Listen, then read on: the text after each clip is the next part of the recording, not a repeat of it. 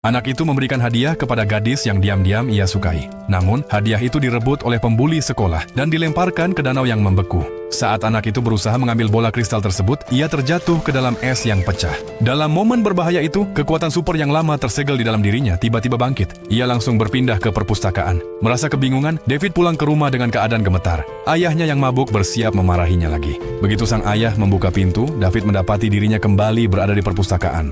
Jejak retakan ruang waktu masih terlihat di udara.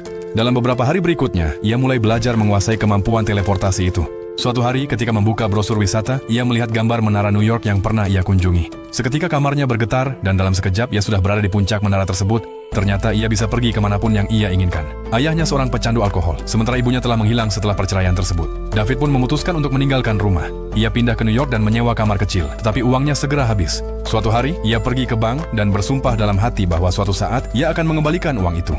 Dengan sebuah alasan, ia membuat satpam membawanya masuk ke dalam bank. Ia memperhatikan dengan seksama tata letak ruang penyimpanan uang. Malam itu juga, ia membayangkan ruang tersebut dan menggunakan kekuatannya untuk membawa pulang banyak uang tunai. 5 tahun kemudian, David hidup di sebuah rumah mewah dengan koleksi mobil sport dan uang dari berbagai negara. Dinding rumahnya penuh dengan foto-foto dari seluruh dunia. Kemanapun ia ingin pergi, ia bisa sampai dalam sekejap. Setelah berselancar, ia bisa langsung teleportasi ke puncak piramida Mesir untuk minum teh sore.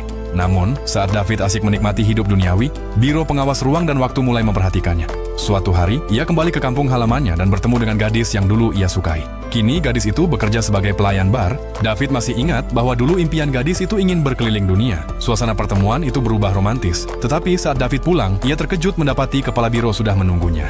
David berusaha kabur dengan teleportasi, namun sang kepala biro langsung mengeluarkan sebuah tongkat sakti.